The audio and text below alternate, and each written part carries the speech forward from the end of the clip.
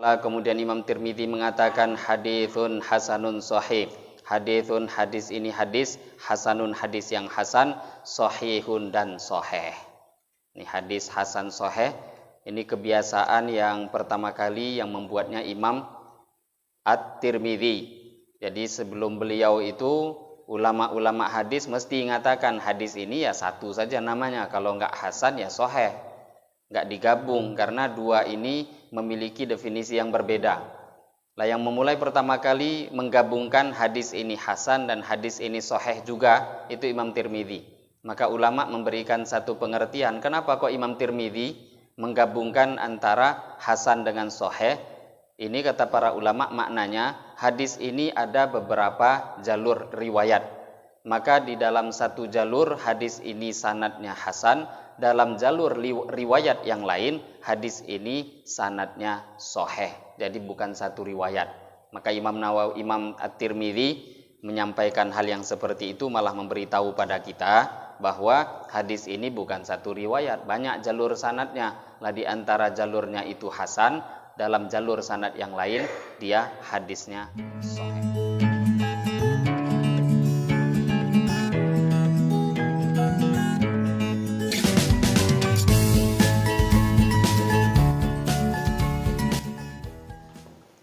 Bismillahirrahmanirrahim. Assalamualaikum warahmatullahi wabarakatuh.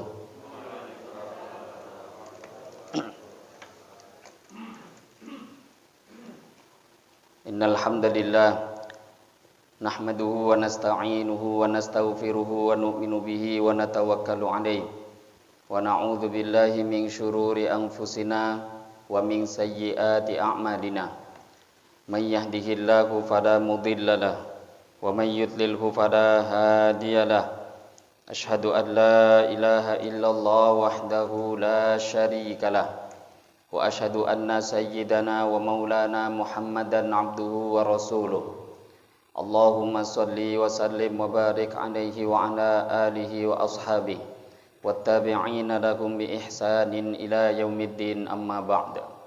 Faqad qala Allah subhanahu wa ta'ala fi kitabihil karim ba'da a'udzu billahi minasyaitonir rajim.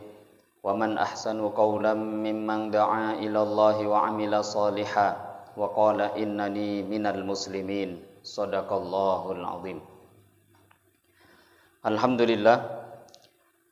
Hadirin jemaah salat subuh yang dimuliakan Allah Subhanahu wa taala. Pertama-tama mari kita bersyukur kepada Allah Subhanahu wa taala dengan mengucapkan alhamdulillahi rabbil alamin.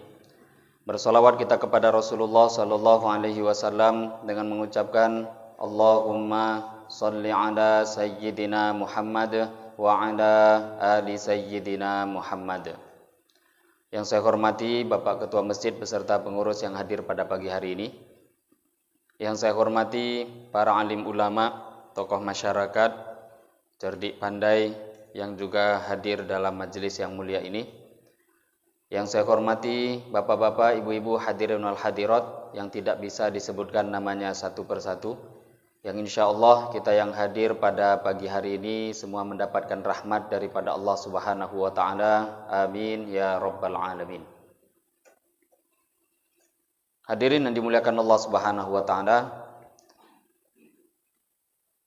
pertama-tama mari kita bersyukur lagi dan lagi pada Allah Subhanahu wa ta'ala karena begitu banyaknya anugerah yang Allah Subhanahu wa ta'ala berikan kepada kita semua, terutama anugerah yang sangat besar, anugerah yang paling besar, yaitu anugerah agama, taufik atas amal agama, diberikannya pertolongan oleh Allah Subhanahu wa ta'ala kepada kita untuk bisa taat kepada Allah Subhanahu wa ta'ala. Maka mari kita syukuri lagi dan lagi anugerah agama ini dengan harapan Allah Subhanahu wa ta'ala selalu memberikan taufik dan pertolongannya kepada kita untuk mengamalkan agama.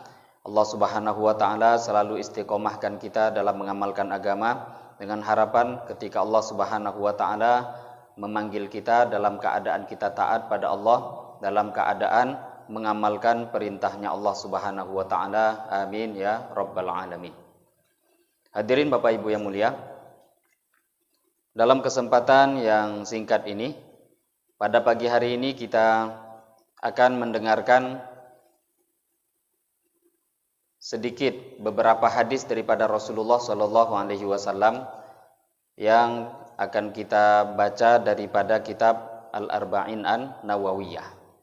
Sebagaimana yang kita ketahui, hadirin Bapak Ibu yang mulia, bahwa sumber hidayah itu diantaranya adalah dengan cara kita mendengarkan sabda-sabda Nabi Shallallahu Alaihi Wasallam. Perkara yang paling penting dalam kehidupan kita hidayah, petunjuk daripada Allah. Hidayah ini perkara yang paling penting. Maka kita ketahui saking pentingnya hidayah ini, maka setiap orang Islam kita semua diwajibkan oleh Allah untuk minta hidayah setiap hari. Minimal waktunya 5 kali setiap hari. Untuk urusan waktu minimal 5 kali. Tapi kalau dihitung jumlahnya bukan 5 kali. Jadi minta hidayah wajib setiap waktu sholat. Dan bukan hanya setiap waktu sholat, setiap rokaatnya wajib minta hidayah. Ihdinas siratal mustaqim. Ihdinas siratal mustaqim. Ya Allah, berilah kami hidayah. Hidayah itu petunjuk. Berilah kami hidayah, petunjuk kepada jalan yang lurus. Jadi minta hidayah itu wajib. Jalan yang lurus, jalannya para nabi. Minan nabiyyin was-siddiqin wasyuhada'i was-solihin. Ini jalan hidayah, jalan para nabi, jalan orang-orang yang benar imannya, orang-orang yang syuhada, mati syahid. Ini jalan-jalan hidayah. Lah di antara untuk kita mendapatkan hidayah itu mengikuti para nabi, para rasul.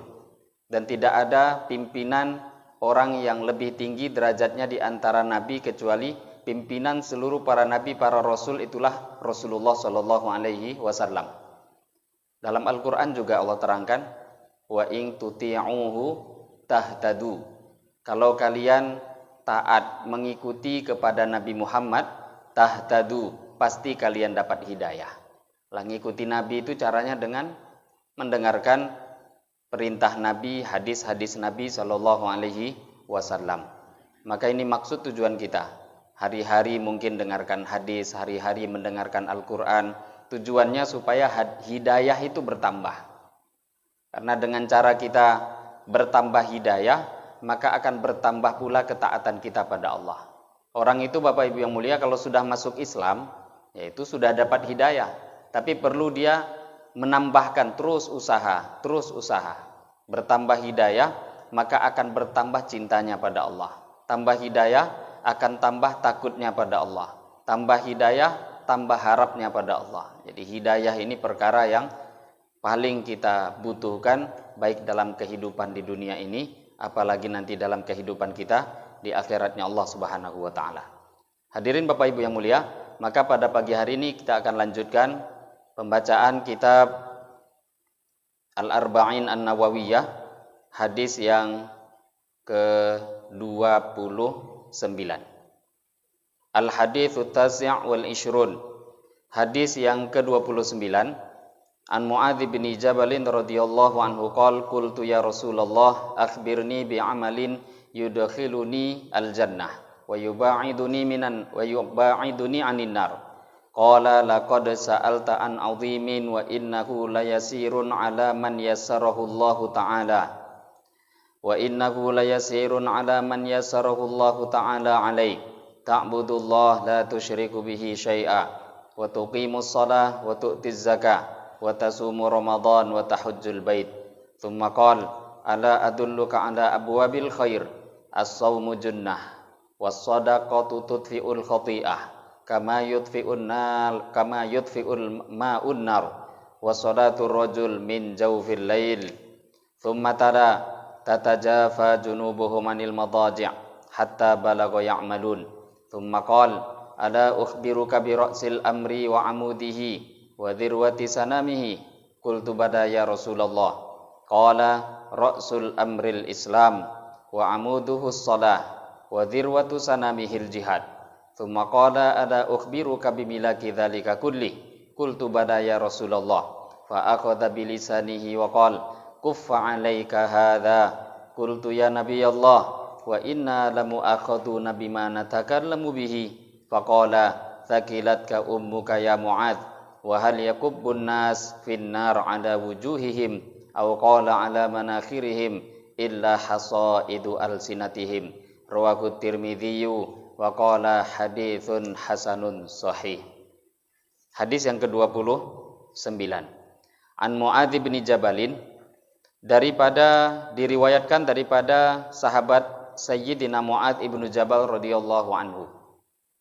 Qala, beliau telah berkata, Sayyidina Mu'adz bercerita, qultu, aku berkata, ya Rasulullah, wahai Rasulullah.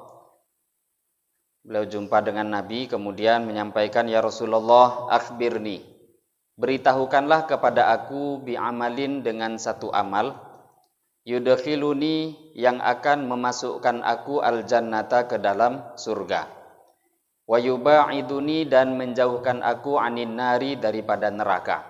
Ya Rasulullah, beritahukanlah kepada aku satu amal yang memasukkan aku ke dalam surga dan menjauhkan aku dari neraka. Qala, maka Nabi bersabda, laqad sa'alta, sungguh engkau telah bertanya, an azimin, mengenai satu perkara yang agung. Wa innahu, dan sesungguhnya perkara yang engkau tanya tadi, walaupun itu perkara yang sangat agung, sangat besar, la yasirun, sungguh sangat mudah, ala man, atas orang, yassarahullahu ta'ala, yang dimudahkan oleh Allah. Perkara itu berat, besar, tapi mudah bagi orang yang dimudahkan oleh Allah. Apa itu isinya? Perkara yang bisa memasukkan ke surga dan menjauhkan dari neraka. Ta'budullah, engkau menyembah Allah. La tusyriku, janganlah engkau mensekutukan bihi, dengan Allah, syai'an, sesuatu apapun.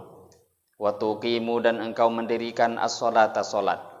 Wa tu'ti, dan engkau menunaikan az-zakata, zakat. Wa tasumu, dan engkau berpuasa Ramadhana, di bulan Ramadan. Wa tahujjul bait, dan engkau haji ke Baitullah. Tsumma qala, kemudian Nabi bersabda, ala adulluka, tidakkah aku beritahukan kepada engkau, tidakkah aku tunjukkan kepada engkau, ala abwabil khair, atas pintu-pintu kebaikan. As-saumu, puasa, junnatun, tameng. Was-sadaqatu, sedekah. Was-sadaqatu, sedekah, tudfi'ul khati'ah, akan memadamkan kesalahan. Kama yudfi'ul ma'un nar, sebagaimana air akan memadamkan api. Wasolatul rajuli, dan solatnya seseorang laki-laki, dan solatnya seseorang min jawfil laili, di tengah malam. Tsumma, kemudian Nabi membaca ayat, tatajafa junubuhum anil madaji', hatta balagha, sehingga beliau sampai membaca ayat sampai akhir ya'malun, sampai akhir ayat ya'malun. Tatajafa, lambung-lambung mereka, tatajafa, menjauh, junubuhum, lambung-lambung mereka, anil madaji'i, dari tempat tidur. Hatta balagha, Nabi membaca ayat sampai kepada ya'malun, ayat ya'malun. Tsumma qala, kemudian Nabi bersabda, ala ukhbiruka, tidakkah aku beritahukan kepada engkau, biroksil amri, dengan puncak, pimpinan dari semua perkara, wa amudihi, tiangnya, wa dirwati sanamihi, dan juga puncak semua perkara.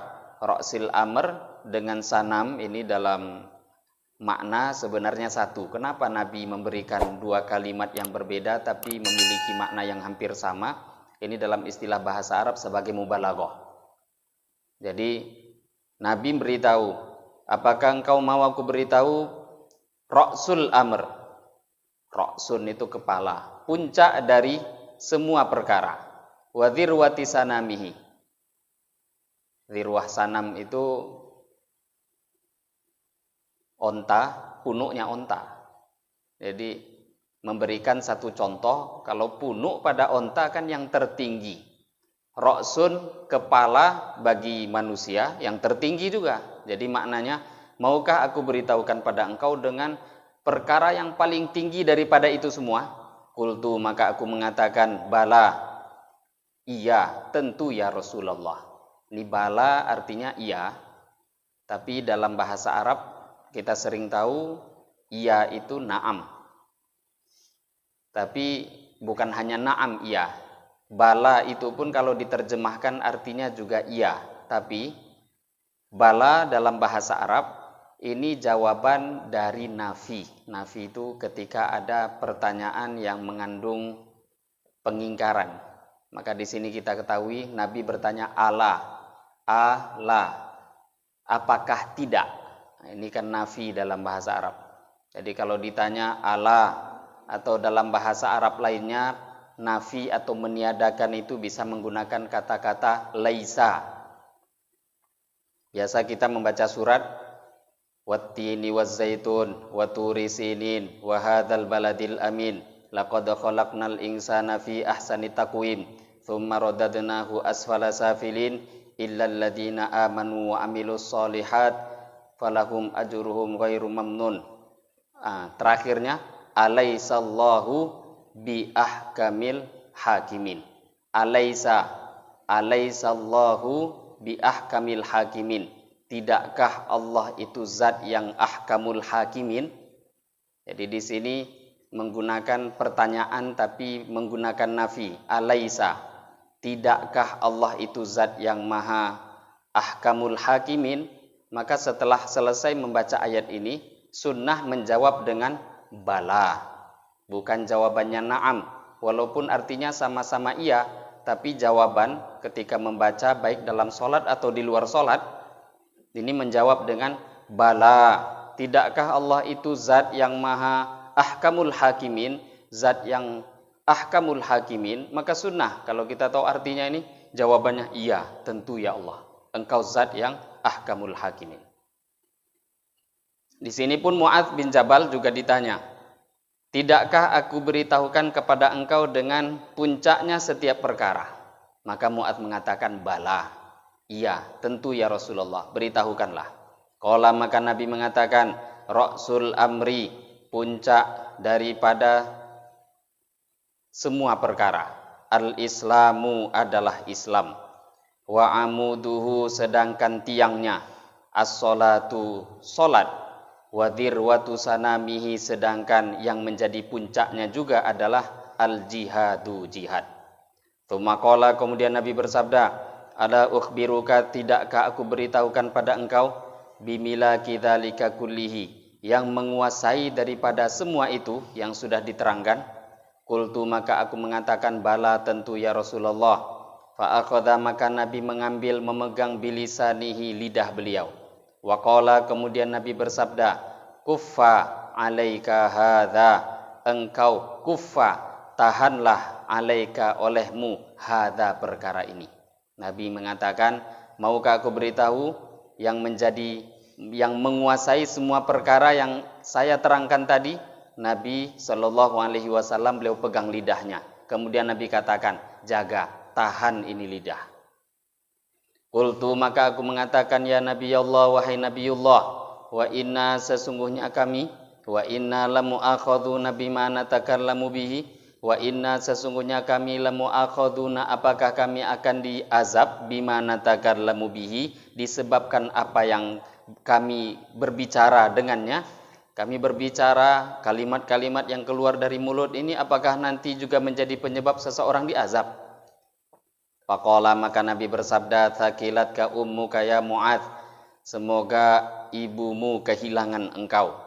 Ini kalimat yang menjadi adat, yang menjadi satu kebiasaan oleh orang Arab, tapi kalimat ini diucapkan bukan untuk tujuan doa yang supaya terjadi, tidak, ini hanya memang terlanjur menjadi adat. Maknanya ya, ini kalimat mengatakan satu kalimat tapi yang dituju bukan makna aslinya. Kalau terjemah perlafadznya tadi, ya, semoga ibumu kehilangan engkau. Ya maksudnya Nabi heran saja kok malah bertanya tentang hal kok lidah pembicaraan masa menjadi penyebab orang itu masuk neraka. Ini Mu'adz heran. Nah, Nabi juga lebih heran. Lah masa kok kamu dengan hal seperti itu tidak tahu? Wa hal yakubbun nas, tidakkah ditelungkupkan orang-orang manusia finnari ke dalam neraka ala wujuhihim, diterungkupkan atas wajah mereka, au qala ala manakhirihim, atau atas leher-leher mereka, illa hasaidu alsinatihim, kecuali atas hasil, menuai hasil daripada perbuatan lidah mereka. Jadi Nabi mengatakan orang-orang itu malah kebanyakan masuk neraka, penyebabnya menuai hasil daripada pembicaraan lidah mereka. Rawahu Tirmidzi, telah meriwayatkan hadis tadi At-Tirmidzi, Imam Tirmidzi. Wa qala, kemudian Imam Tirmidzi mengatakan haditsun hasanun sahih. Haditsun, hadis ini hadis hasanun, hadis yang hasan, sahihun dan sahih. Ini hadis hasan sahih. Ini kebiasaan yang pertama kali yang membuatnya Imam At-Tirmidzi. Jadi sebelum beliau itu ulama-ulama hadis mesti mengatakan hadis ini ya satu saja namanya, kalau enggak hasan ya sahih, enggak digabung, karena dua ini memiliki definisi yang berbeda. Lah yang memulai pertama kali menggabungkan hadis ini hasan dan hadis ini sahih juga itu Imam Tirmidzi. Maka ulama memberikan satu pengertian kenapa kok Imam Tirmidzi menggabungkan antara hasan dengan sahih. Ini kata para ulama maknanya hadis ini ada beberapa jalur riwayat. Maka di dalam satu jalur hadis ini sanadnya hasan, dalam jalur riwayat yang lain hadis ini sanadnya sahih. Jadi bukan satu riwayat. Maka Imam At-Tirmidzi menyampaikan hal yang seperti itu, malah memberitahu pada kita bahwa hadis ini bukan satu riwayat, banyak jalur sanadnya. Lah di antara jalurnya itu hasan, dalam jalur sanad yang lain dia hadisnya sahih. Nah, ini hadirin Bapak Ibu yang mulia, satu hadis yang tidak pendek, yang cukup panjang. Nasihat Nabi Shallallahu alaihi wasallam kepada Mu'adz bin Jabal radhiyallahu taala anhu. Ini hadis yang ke-29. Ini hadis sampai mencakup semua perkara. Ini luar biasa hadis ini. Biasanya satu hadis kan membahas satu bab saja, tentang sabar, fadilahnya sedekah, fadilahnya sholat berjamaah. Kalau ini malah mencakup semuanya. Maka pesan-pesan ini penting untuk kita fahami. Apalagi pertanyaan daripada Sayyidina Mu'adz ini pertanyaan yang luar biasa. Jumpa dengan Nabi. Apa pertanyaannya? Ya Rasulullah, akhbirni bi'amalin yudkhilunil jannah wa yuba'iduni anin nar. Ya Rasulullah, beritahukan kepada aku satu amal yang mana dengan amalan itu akan membuat aku masuk surga dan menjauhkan aku dari neraka. Lah ini kan berarti satu kalimat yang maknanya kemana-mana ini. Maknanya sudah mau bertanya, ya Rasulullah, beritahukan kepada aku semua perkara, amal-amal takwa, seluruh perintah Allah, dan juga dengan perkara tadi aku akhirnya bisa masuk ke surga, dan juga beritahu kepada aku larangan-larangan Allah sehingga aku jauhi semua larangan itu, akhirnya aku terhindar dari neraka. Kan itu hakikat pertanyaan jadinya.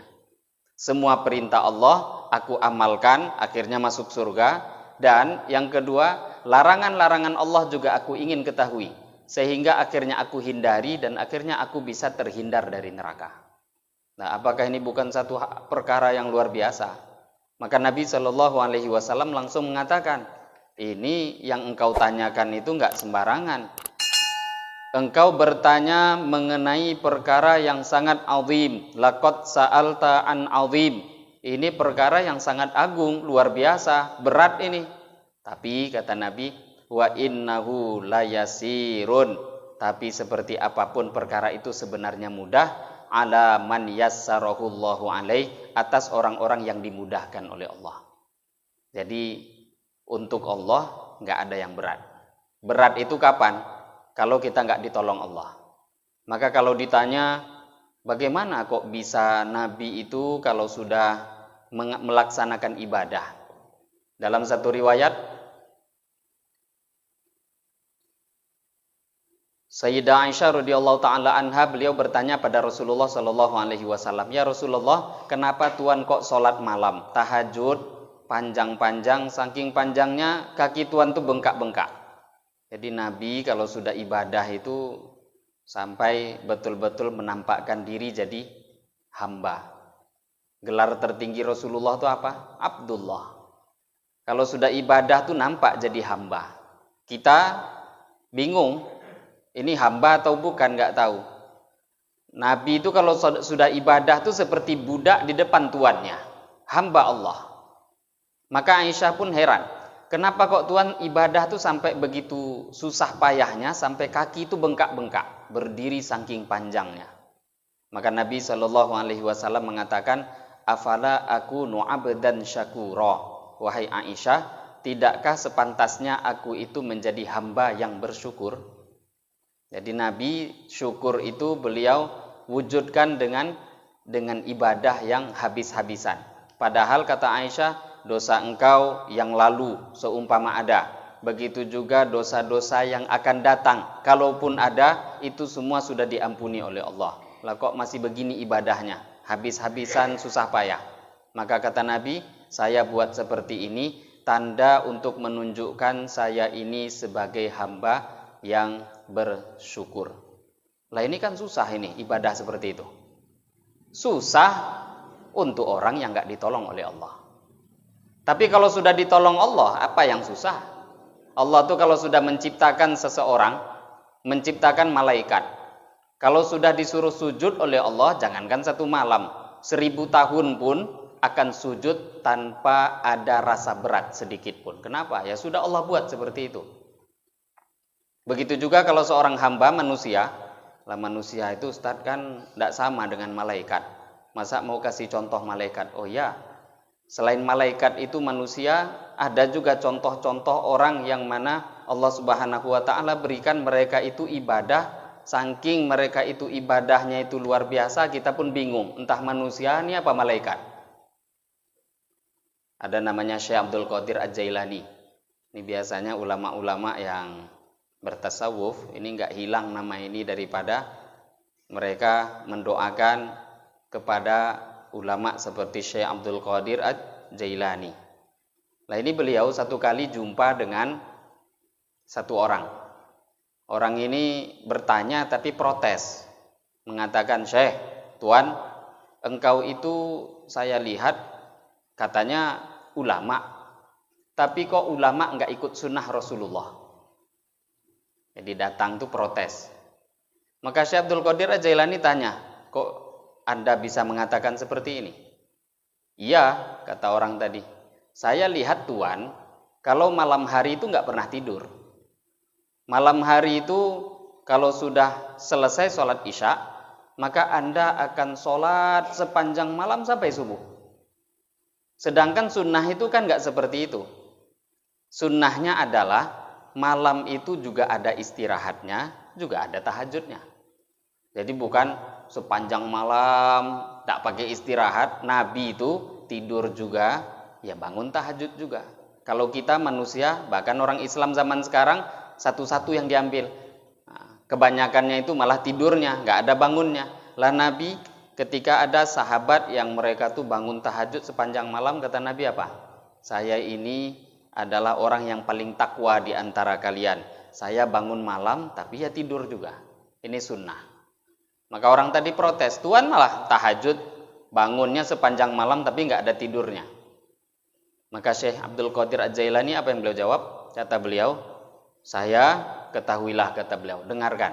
Saya ini sebenarnya malam hari itu selesai sholat isya, saya itu niatnya mau tidur.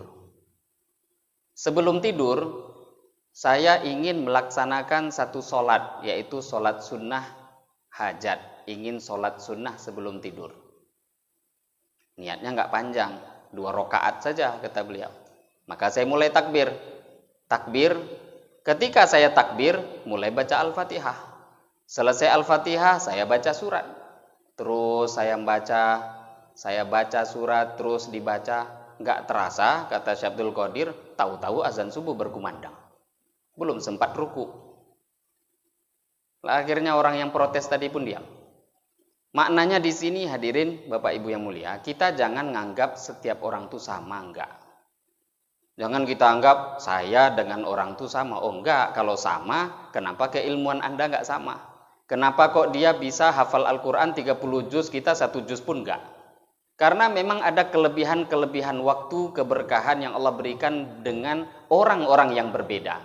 Ada orang yang mereka itu luar biasa, seperti tadi, enggak mudah langsung mengatakan Anda enggak amal sunnah, Anda ahli bid'ah. Nabi enggak begitu. Oh enggak, niat dia kadang berbeda, tapi hal yang dibuat oleh Allah untuk dirinya itu berbeda juga. Inginnya memang maunya amal sunnah, tapi nggak taunya nggak sadar selepas sholat isya, sholat tahajud, jangankan 2 rakaat, ruku pun belum sempat, tahu-tahu azan subuh sudah berkumandang. Zaman sekarang mungkin kalau kita cerita hal-hal yang begini, maka kita nggak percaya. Masa iyo ada orang macam itu? Kalau giliran cerita sholat begitu, tapi kalau giliran cerita orang nonton bola, nggak terasa itu nonton bola. Giliran nanti kumpul-kumpul konser malam hari, oh nggak terasa itu. Konser itu Bapak Ibu yang mulia, kalau sudah konser berdiri 5 jam tuh nggak terasa. Coba tanya kepada mereka. Ada orang nonton konser itu sambil duduk-duduk? Nggak, berdiri. Jam-jaman, nggak terasa, tahu-tahu konser selesai dia pun nggak sadar. Pulang ke rumah tengok jam, oh jam sampai subuh. Kalau dia pakai sholat, orang-orang jadi heran. Kok kamu sholatnya panjang ya? Sholat bisa berdiri 1/2 jam ya? 1/2 jam untuk sholat dia heran, tapi giliran 5 jam untuk berdiri konser, orang-orang menganggap biasa. Lah sekarang, Allah tuh zat yang maha kuasa. Masa orang untuk konser berdiri 5 jam kok Allah kuasa kita anggap biasa, tapi untuk sholat 5 jam kita katakan bid'ah. Ini kan heran. Maka sebenarnya amal agama itu tidak ada yang susah. Ini Nabi katakan. Laqad sa'alta an 'azim. Engkau telah bertanya mengenai hal yang agung, berat bagi orang yang tidak ditolong Allah. Dan Nabi langsung menerangkan wa innahu layasirun. Sebenarnya perkara itu enggak ada yang berat, mudah.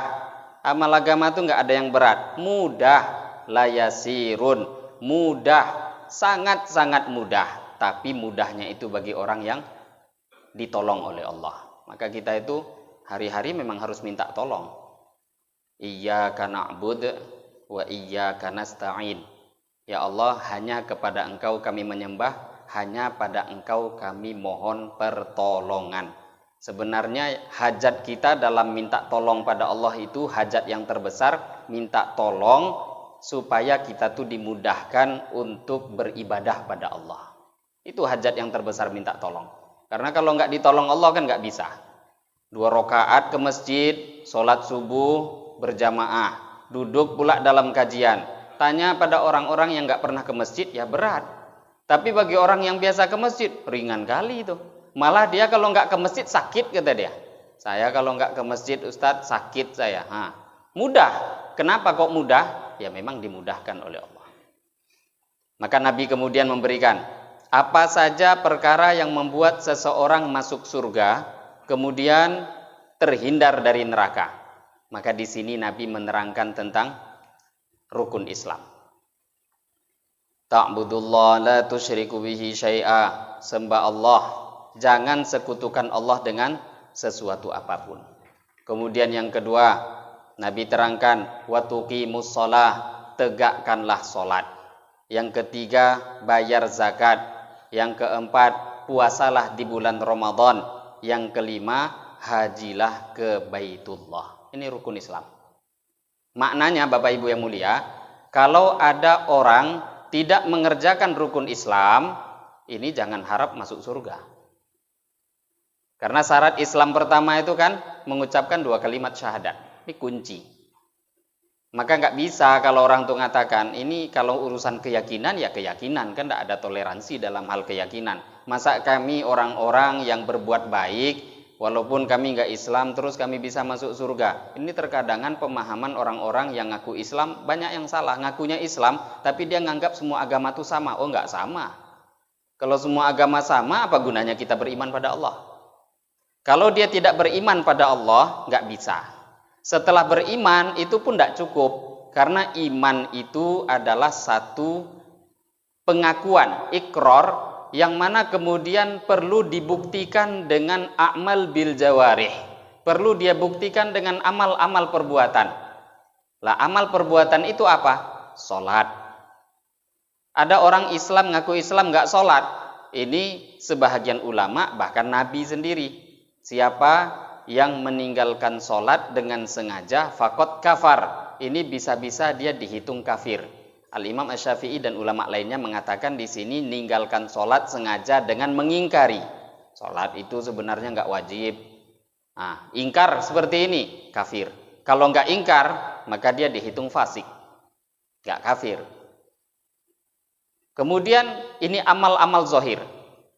Sebagai pembuktian ngaku tadi menyembah Allah. Lah nggak cukup juga hanya dengan sholat. Setelah sholat, wa tu'tiz zakah, bayar zakat. Zakat ini zaman sekarang umat Islam lebih banyak orang yang meninggalkan zakat dibanding orang yang bayar zakat. Karena orang-orang tidak mau bayar zakat ini, mereka merasa perasaannya kalau harta saya kurangi rugi. Padahal itu bukan pengurangan. Hadirin Bapak Ibu yang mulia, zakat itu diwajibkan kan kepada orang yang mampu. Zakat itu pasti, coba kita teliti. Tengok, perhatikan, perintah Allah kalau ada orang kok dia diwajibkan zakat, maka mesti orang itu kaya. Nggak ada namanya zakat atas orang miskin tuh nggak ada. Beda ya dengan pajak. Pajak tuh kadang miskin pun kena. Kalau zakat nggak bisa. Memang ada ukuran, ada waktu.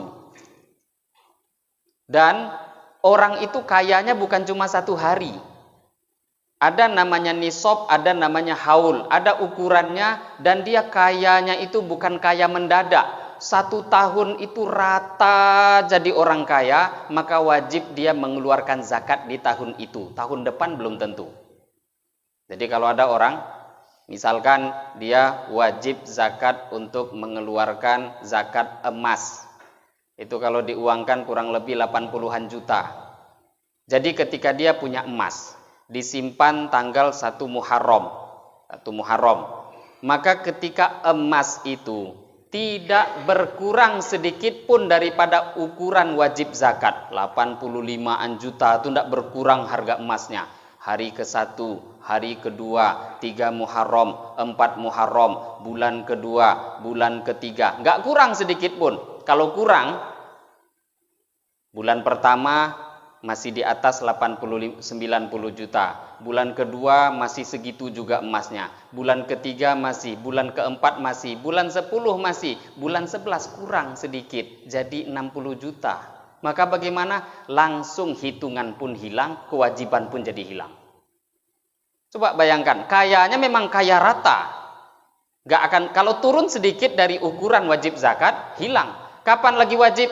Wajib hitungannya ketika sudah melebihi nisab kembali. Lebih lagi nisab. Oh, tahu-tahu bulan Zulqa'dah naik lagi di atas nisab. Jadi lagi 90 juta. Hitungan baru. Mulai lagi dihitung hari pertama. Harus 1 tahun. Haul. Entah itu nanti zakatnya zakat ternak, seperti itu juga. Jadi orang yang diwajibkan zakat kemudian kok tidak mau membayar zakat, ini betul-betul orang yang tidak mau bersyukur kepada Allah Subhanahu wa taala. Kok dimudahkan seperti itu hidupnya, rata jadi orang kaya, bukan kaya mendadak 2 hari, 2 bulan, 3 bulan, enggak. Rata kayanya 1 tahun, maka ketika itu dia membayar zakat, tanda dia syukur kepada Allah. Maka rukun Islam yang 5 ini sebagai tiket untuk bisa masuk surga dan juga sebagai pelindung seseorang untuk terhindar dari nerakanya Allah Subhanahu wa taala. Tidak ada cara selain itu. Nah, baru Nabi menyampaikan 5 perkara ini. Maka 5 hal ini hal yang penting. Dan untuk amal-amal yang zahir tadi, Nabi sudah memberi kunci. Ta'budullah wa la tusyriku bihi syai'a. Menyembah Allah dan tidak mensekutukan Allah dengan sesuatu apapun, ini memang iman. Harus bersih. Ini langkah pertama.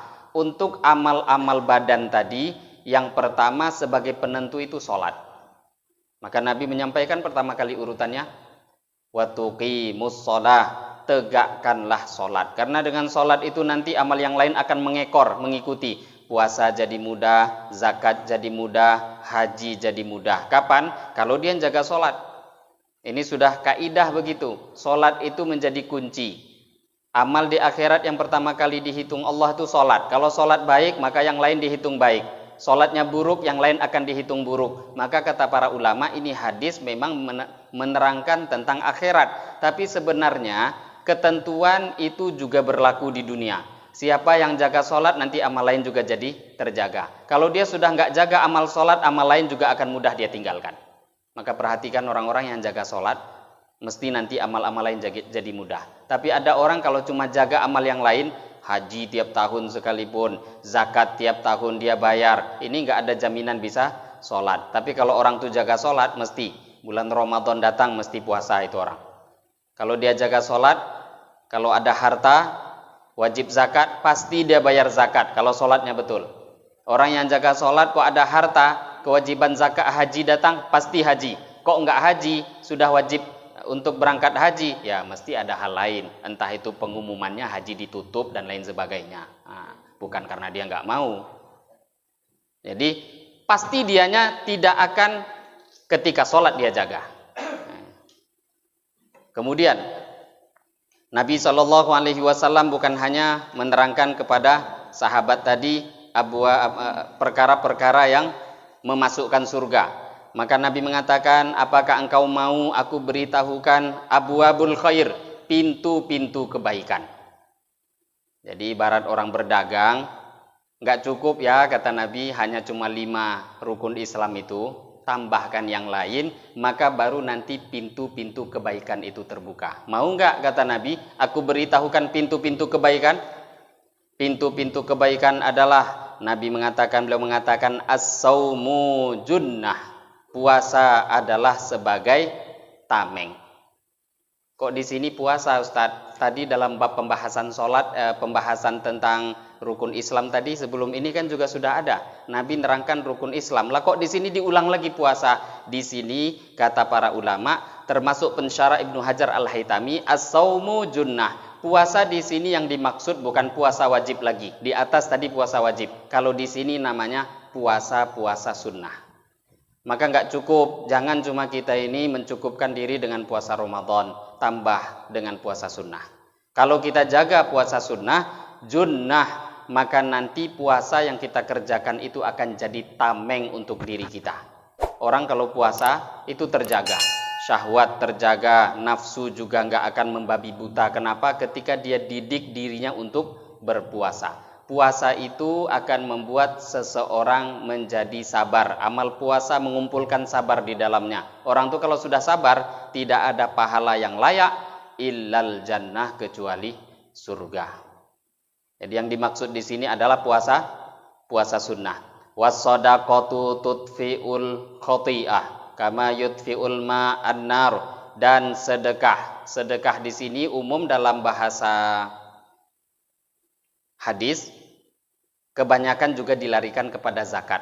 Tapi karena sudah watu'ti zakah, hadis sebelumnya Nabi sudah sampaikan tentang hal-hal rukun Islam, maka yang dimaksud sedekah dalam pembahasan yang pembicaraan setelahnya, di sini pun yang dimaksud sedekah sunnah.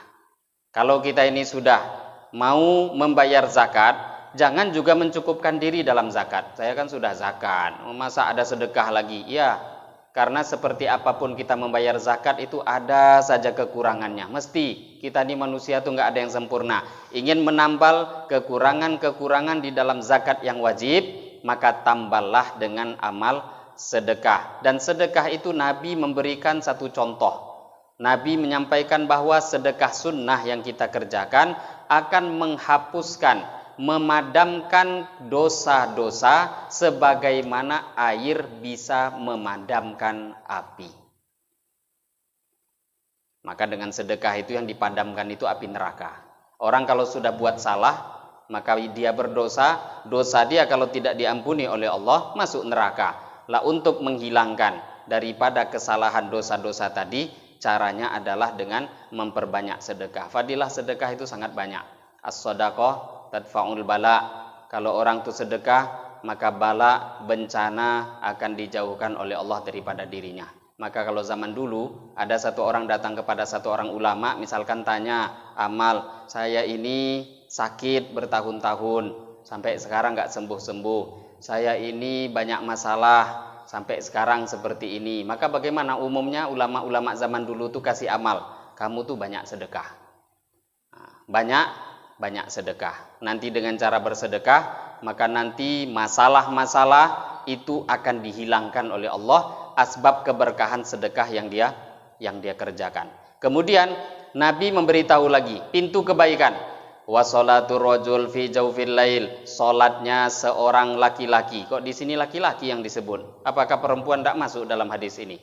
Jawaban diantaranya kata para ulama, karena yang bertanya laki-laki, ya tentu Nabi jawab sesuai orang yang bertanya. Ini diantara jawaban yang diberikan ulama. Kalau yang nanya perempuan, ya jawabannya untuk perempuan. Ini kan hal yang umum, hal-hal seperti ini. Kalau kita sedang bicara dengan orang, ya tentu jawaban sesuai dengan keadaan orang yang bertanya. Lah di sini Nabi mengatakan abwabul khair, pintu-pintu kebaikan, salat di malam hari. Salat seseorang laki-laki yang dia kerjakan di tengah malam. Perempuan juga masuk di dalam ayat ini. Kemudian Nabi menguatkan ucapan beliau dengan ayat tatajafa junubuhum anil madaji'. Mereka menjauhkan lambung-lambung mereka dari tempat tidur mereka. Ini sholat tahajud, sholat malam. Ayat ini sebenarnya banyak tafsirnya. Para ulama menyampaikan bahwa tafsir di antara tatajafa junubuhum anil madaji' yad'una rabbahum khaufa wa tama'a wa mimma razaqnahum yunfikun. Ini ayat tentang tatajafa junubuhum. Juga bisa ada beberapa riwayat yang menerangkan sholat sunnah yang dikerjakan oleh seseorang antara maghrib dan isya. Ada satu riwayat seperti itu tentang ayat ini. Begitu juga ayat ini juga bisa diterangkan untuk orang yang mengerjakan sholat isya dan sholat subuh dengan cara berjamaah, bukan sendiri. Dalam riwayat lain seperti itu. Karena sholat subuh nggak akan bisa dikerjakan kecuali orang itu juga mampu menekan hawa nafsunya tinggalkan tempat tidur. Kalau ada orang yang lebih mendahulukan tidurnya, sekali-kali dia tidak akan bisa mengerjakan sholat subuh apalagi berjamaah. Maka muadzin itu kan sunnah. Di antaranya mereka kalau azan subuh ada tambahan as-sholatu khairum minan naum. Sholat itu jauh lebih baik daripada tidur. Karena orang kalau tidak mau mengorbankan tidurnya, mengorbankan hawa nafsunya, nikmat tidur kok nggak dikorbankan, tidak akan mampu untuk sholat subuh. Lah tatajafa junubuhum, lambung-lambung mereka itu menjauh dari tempat tidur. Ini pun sebenarnya juga bisa tafsir ini ada untuk orang yang mengerjakan sholat subuh berjamaah. Lanjutan ayatnya ada. Fala ta'lamu nafsum ma ukhfiya lahum min qurrati a'yun. Tidak ada yang tahu apa yang Allah sembunyikan. Ini fadilahnya orang yang mau sholat, meninggalkan tempat tidur mau sholat. Maka orang yang mau mengerjakan amal-amal itu, mereka nanti tidak akan menyangka. Tidak ada yang tahu anugerah apa yang Allah sembunyikan. Yang mana anugerah itu mala ainun ra'at wala udunun sami'at wala khatara ala qalbi bashar. Kenikmatan yang tidak pernah dilihat mata, kenikmatan yang belum pernah terdengar oleh telinga, bahkan kenikmatan itu belum pernah terbetik di dalam hati. Nah, kalau sudah bahas surga nggak bisa dibahas. Kenikmatan itu sudah kenikmatan yang belum pernah kita ketahui. Fala ta'lamu nafsun ma ukhfiya lahum min qurrati a'yun jazaa'an bima kanu ya'malun. Itu semua anugerah yang Allah berikan dikarenakan amal yang mereka kerjakan. Apa itu amalnya?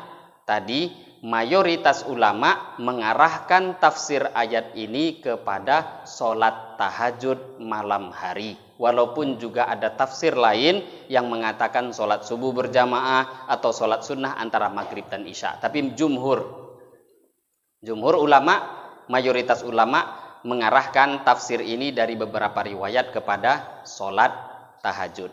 Nah, sholat tahajud itu apakah harus bangun sepanjang malam baru kemudian kita bisa dapat fadilah seperti ayat tadi? Tidak harus sepanjang malam. Tentu yang terbaik sholat itu Faman syaa'a falyukthir wa man syaa'a falyuqlil. Siapa yang mau sholat itu diperbanyak silahkan. Kalau dia nggak mampu banyak ya sedikit silahkan. Minimalnya sedikit untuk sholat itu berapa? 2 rakaat. Bahkan sesuai dengan hadis Nabi, seseorang man qoma minal laili qadra halbisyatin kutiba min quwamil lail. Kata Nabi, siapa yang bangun sholat tahajud di malam hari qadra halbisyatin seukuran 1 perahan susu, sebentar saja. Merah susu itu pagi sore, tapi 1 perahan itu hanya hitungan menit saja. Siapa yang bangun malam hari seukuran memerah susu sebentar, maka kutiba lahu min quwamil lail, dia akan dihitung, dicatat oleh Allah termasuk orang yang bangun di malam hari. Jadi jangan heran kita selalu misalkan mendapat targhib atau motivasi dari para ulama. Kebanyakan ulama kalau memberi motivasi untuk sholat tahajud, maka mereka membaca ayat ya ayyuhal muzammil qumil laila illa qalila nisfahu awingkus minhu qalila auzid alaihi warattilil qur'ana tartila. Ini ayat untuk Nabi, tapi kita kan umat Nabi, ngikut Nabi. Wahai orang yang berselimut, bangun, qumil laila illa qalila, bangun sepenuh malam, illa qalila, kecuali sedikit, sedikitkan tidur, bangunnya yang panjang. Ini Nabi. Qumil laila illa qalila, bangun sepenuh malam kecuali sedikit untuk tidur. Jadi Nabi itu memang ada tidurnya, tapi sedikit. Enggak mampu nisfahu awingkus minhu qalila, enggak mampu separuh malam bangun, separuh malam tidur. Awingkus minhu qalila, enggak mampu juga, kurangilah sedikit. 2/3 malam tidur, 1/3 malam bangun. Tidak mampu juga 3/4 malam tidur, 1/4 malam bangun. Tidak mampu juga, jangan tinggalkan sholat tahajud walaupun hanya 2 rakaat setiap malam. Siapa yang menjaga sholat tahajud istiqomah walaupun hanya 2 rakaat setiap malam, tidak akan mati kecuali pasti jadi walinya Allah. Orang tuh kalau sudah tahajud tapi istiqomah, bukan hari ini tahajud, 10 hari tahajud, 5 hari libur. Hari ini tahajud, besok libur. Lusa tahajud, setelah itu libur. Ini bukan puasa Daud. Ini tahajud, ini amal harian. Gak mampu banyak, yang sedikit jangan dikurangi. Maka kata para ulama tadi, bukan hanya para ulama, tadi hadis. 2 rakaat dia kerjakan setiap malam, maka sudah bisa dicatat terhitung menjadi orang yang menjadi ahli ibadah bangun di malam hari. Ini abwabul khair. Nabi menyampaikan ini adalah sebagai pintu daripada kebaikan. Kalau tidak 3 amal tadi kita jaga, puasa sunnah dijaga, sedekah sunnah ditambah, bangun malam hari dengan memperbanyak sholat sunnah, maka berarti pintu-pintu kebaikan kita telah dibuka kemudahannya oleh Allah Subhanahu wa ta'ala. Baru kemudian Nabi menyampaikan tambahan. Kata Nabi, apakah engkau mau aku beritahukan dengan puncaknya seluruh urusan, tiangnya seluruh urusan, dan juga yang paling tertinggi amal dalam setiap perkara? Maka Mu'adz mengatakan, tentu ya Rasulullah, puncak daripada semua amal itu Islam. Islam di sini yang dimaksud kata para ulama iman. Ya, orang kalau tidak beriman, amal apapun tidak akan diterima oleh Allah. Wa amuduhus shalah, tiangnya agama ini adalah sholat. Tiangnya agama itu sholat. Kalau orang tidak sholat, tidak ada bahagian agama untuk dia. Walaupun ngaku Islam, KTP Islam, keluarga Islam, bapak Islam, ibu Islam, kok dia nggak ngerjakan sholat, maka seolah-olah dia itu seperti bangunan tanpa tiang, tidak akan bisa berdiri. Wadir watu sanamihil jihad, dan puncak punuknya agama ini adalah jihad. Ini memang harus ada seperti ini. Jihad itu ada 2, jihadul akbar. Jihad yang besar itu sebenarnya jihad melawan hawa nafsu kita. Ada jihad al-asghar, jihad yang kecil, jihad yang zaman dulu melawan orang-orang yang memusuhi agama. Tapi ini walaupun kecil juga harus ada. Bagaimana tidak? Negara saja harus ada tentaranya. Kira-kira Bapak Ibu yang mulia bayangkan, negara nggak ada tentara bisa dikatakan negara? Enggak lah. Negara tuh di antara definisinya dikatakan negara itu punya satu pasukan yang menjaga keutuhan undang-undang negaranya. Itulah jihad.